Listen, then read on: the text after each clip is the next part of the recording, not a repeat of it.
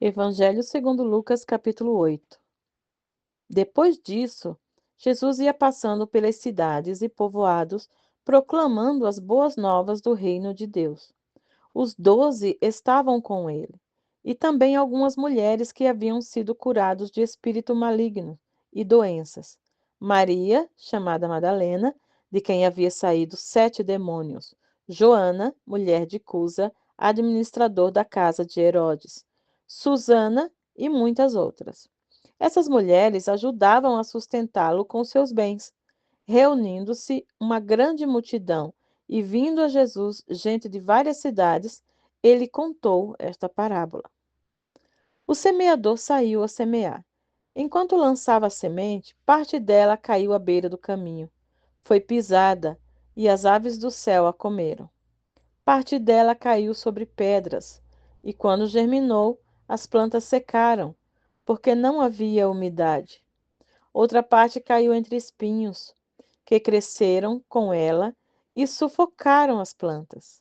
Outra ainda caiu em boa terra, cresceu e deu boa colheita, 100 por 1. Tendo dito isso, exclamou: Aquele que tem ouvidos para ouvir, ouça. Seus discípulos perguntaram-lhe o que significa aquela parábola. Ele disse: A vocês foi dado conhecimento dos mistérios do reino de Deus, mas aos outros falo por parábolas, para que vendo não vejam e ouvindo não entendam. Este é o significado da parábola. A semente é a palavra de Deus. As que caíram à beira do caminho são os que ouvem, e então vem o diabo e tira a palavra dos seus corações, para que não creiam e não sejam salvos. As que caíram sobre as pedras são as que recebem a palavra com alegria quando a ouvem, mas não têm raiz. Creem durante algum tempo, mas desistem na hora da provação. As que caíram entre espinhos são os que ouvem, mas ao seguirem seu caminho, são sufocados pelas preocupações, pelas riquezas, pelos prazeres dessa vida e não amadurecem. Mas as que caem em boa terra são os que, com o coração bom e generoso, ouvem a palavra e retêm e dão fruto com perseverança. Ninguém acende uma candeia e a esconde num jarro, ou a coloca debaixo de uma cama. Pelo contrário, coloca-a num lugar apropriado, de modo que os que entram possam ver a luz. Porque não há nada oculto que não venha a ser revelado, e nada escondido que não venha a ser conhecido e trazido à luz. Portanto, considerem atentamente como vocês estão ouvindo. A quem tiver mais lhe será dado, de quem não tiver, até o que pensa que tem lhe será tirado.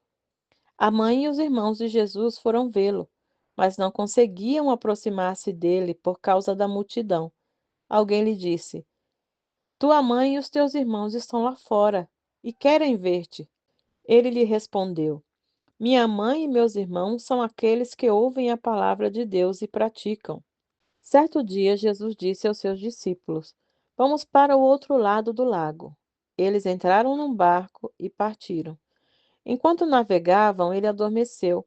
Abateu-se sobre o lago um forte vendaval, de modo que o barco estava sendo inundado e eles corriam grande perigo. Os discípulos foram acordá-lo, clamando: Mestre, mestre, vamos morrer! Ele se levantou e repreendeu o vento e a violência das águas. Tudo se acalmou e ficou tranquilo. Onde está a sua fé? Perguntou ele aos seus discípulos. Amedrontados e admirados, eles perguntaram uns aos outros: Quem é este que até o vento e as águas dá ordens e eles obedecem? Navegaram para a região dos Gerazenos, que fica do outro lado do lago, frente a Galiléia. Quando Jesus pisou em terra, foi ao encontro dele um endemoniado daquela cidade. Fazia muito tempo que aquele homem não usava roupas, nem vivia em casa alguma, mas nos sepulcros. Quando viu Jesus, gritou, prostrou-se aos seus pés e disse em alta voz: Que queres comigo, Jesus, filho do Deus Altíssimo? Rogo que não me atormentes, pois Jesus havia ordenado que o espírito imundo saísse daquele homem. Muitas vezes ele tinha se apoderado dele, mesmo com os pés e as mãos acorrentados e entregue aos cuidados de guardas, quebrava as correntes e era levado pelo demônio a lugares solitários. Jesus lhe perguntou: Qual é o seu nome? Legião, respondeu ele, porque muitos demônios haviam entrado nele. E imploravam-lhe que não os mandasse para o abismo. Uma grande manada de porcos estava pastando naquela colina. Os demônios imploraram a Jesus que lhe permitisse entrar neles, e Jesus lhes permitiu. Saindo do homem, os demônios entraram nos porcos, e toda a manada atirou-se no precipício abaixo, em direção ao lago, e se afogou. Vendo o que acontecera, os que cuidavam dos porcos fugiram e contaram esses fatos na cidade e nos campos. E o povo foi ver o que havia acontecido. Quando se aproximaram de Jesus, viram que o homem, de quem havia saído os demônios, estava sentado aos pés de Jesus, vestido e em perfeito juízo, e ficaram com medo. Os que o tinham visto contaram ao povo como o endemoniado fora curado. Então todo o povo da região dos Gerazenos publicou a Jesus que se retirasse, porque estavam dominados pelo medo. Ele entrou no barco e regressou. O homem de quem havia saído os demônios suplicava-lhe que o deixasse ir com ele, mas Jesus o mandou embora, dizendo: Volte para casa e conte o quanto Deus lhe fez. Assim o homem se foi e anunciou a toda a cidade o quanto Jesus tinha feito por ele. Quando Jesus voltou, uma multidão o recebeu, pois todos o esperavam. Então um homem, chamado Jairo, dirigente da sinagoga, veio e prostrou-se aos pés de Jesus, implorando que ele fosse à sua casa, porque sua única filha, de cerca de 12 anos, estava à morte. Estando Jesus a caminho, a multidão o comprimia. Estava ali certa mulher que havia 12 anos vinha sofrendo de uma hemorragia e gastara tudo o que tinha com os médicos, mas ninguém pudera curá-la. Ela chegou por trás dele, tocou a borda do seu manto e imediatamente cessou sua hemorragia. Quem tocou em mim? Perguntou Jesus. Como todos negassem, Pedro disse: Mestre, a multidão se aglomera e te comprime. Mas Jesus disse: Alguém tocou em mim. Eu sei que de mim saiu poder. Então a mulher, vendo que não conseguiria passar despercebida, veio tremendo e prostrou-se aos pés de Jesus. Na presença de todo o povo, contou por que tinha tocado nele e como fora instantaneamente curada.